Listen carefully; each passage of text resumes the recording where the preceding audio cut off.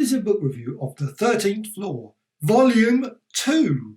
Hopefully, because it doesn't end in this, there will be a Volume 3. I don't know how many stories are left over. I was reading the story going all the way through thinking, oh, it must come to a conclusion. And then suddenly, oh, that's it.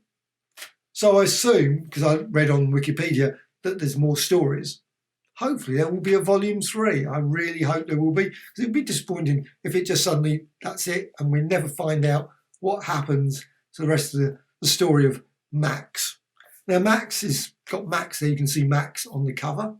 And this is by John Wagner, Alan Grant and Jose Ortiz, who did the artwork all the way through. And I think that is the case. I mean, I might be completely wrong on that, but I think it's his artwork all the way through. Looks consistent all the way. And paper quality is superb, real nice quality book. And there's the spine there. You can see it's a thinnish book. It's about 150 pages odd, predominantly in black and white. You can just see as I quickly flick through there. But there is some colour. You've got some colour at the back. And I'll go through that when I go through the book. Now, this is from Rebellion. Rebellion have been bringing out loads and loads of absolutely brilliant books. And also they've been bringing out some specials as well. They've got the Misty special coming out fairly soon. They've, of course, had a Tammy and Ginty one. There's been a Battle of Britain special as well. And I think they've been bringing out some great books. This one here is originally serialised in Eagle and Scream, 20th of April 85 to 86. Then 82 Scream Holiday Special, as well as the Eagle Holiday Special 86. One criticism slightly of this is that it doesn't include at the bottom. I would love that. Obviously, it's got page numbering, which is good, but it doesn't have the index, a sort of where it comes from. So it would have been nice if it said Scream or Eagle from Scream, and then the date, and maybe issue number, if were issue numbers. Likewise with Eagle, if it gets up to the Eagles. Now, I don't think it's got the Eagle stories. This is why I think hopefully there will be a Volume 3. But say Rebellion, excellent, excellent stuff. So what is Max? Well, Max is a supercomputer. In the Volume 1, he's in this tower block, sort of like high rise. He's sort of controlling and helping his various people that are in the flats. But anyone that comes in to rob things or various people that cause trouble, even the police and those sort of things, he basically treats in to the 13th floor, which is the sort of holodeck where he can manipulate them in many different ways, like quicksand and horrible creatures. I mean, it gets pretty gruesome. Now, Volume 1, I think, was more gruesome than this. Some scenes in this that were pretty gruesome, but it still was a bit tamer, I think. It wasn't so extreme this time. But the stories get quite silly, but actually I loved that. It doesn't worry me. I think actually the dafter the better. It would have, why not? There's no reason why you should say. Now, in this case, he's not on a 13th floor thing. He's actually in Pringles, in London's Oxford Street. Oxford Street. Now, a supercomputer in Oxford Street, like Selfridges or John Lewis or something. You've got this Pringles. I don't know if it. However, they bring this computer, and it starts off again because this guy is entering some.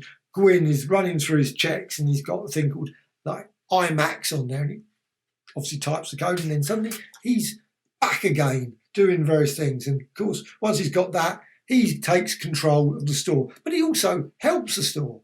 The store suddenly, instead of selling like 10 quid worth, probably a few more quid than that, but a few more million. We've just made $1 million a day because he's so amazing. And that's the thing. But also he's got shoplifters, of course, he deals with, and loads of other issues now. And also show you some of the art of it before I get any further. The 13th floor. Now he also takes control of these little robots, obviously these toy robots. He's in all the departments. So it's not just like one department. He's in fashions, he's in this. And you've got the store manager, etc., or the computer controller. These robots go through, and they discovered this room where apparently people suddenly go missing. Well, that leads into one of the more ridiculous parts of the story, but absolutely fun. storyline where it's basically spies and things, and the story goes off to like James Bond territory at one point. It really is like that. But at the same time, he's still doing the story. It's not like it, but he's sort of he's got his one eye on one thing, and he's doing the other things. And of course, the world becomes more exciting because it's spying. And of course, this is the thing on the back. I program myself so I can, Minimax. Here, I program myself into this mini computer so that I can accompany him. It's amazing. He's put a supercomputer into this little box. Pretty impressive. To accompany Oberon Hedges, great name, on a dangerous mission. You got this guy. It's really, really, really good, and I like that. That story, of course, is only one part of it. So there's a lot of other bits of the story that, and it shows some more of the artwork here. Oh, this, as always, Max ends up getting himself in problems because, of course, you bring a person into a thing, and can they cope with the sort of imagery that's applied? I mean, I suspect that probably most people would go completely mad if they had suddenly. But again, this is another page of this artwork. The artwork is superb. The story is really good. Really nice panel. The story flows really well. And Max is a great character. Just brilliant story all the way through. 150 pages. I read it fairly quickly because it was just such a joy to read. And that's what you want from a comic book. I'm really glad that Rebellion are bringing out these books. Let's just hope they continue to bring out more and more of these old brilliant stories, as well as, of course, bringing out new comics, because it's nice to see the specials and all those sort of things coming into shop finally, to see in the newsagents British comics again. Just superb.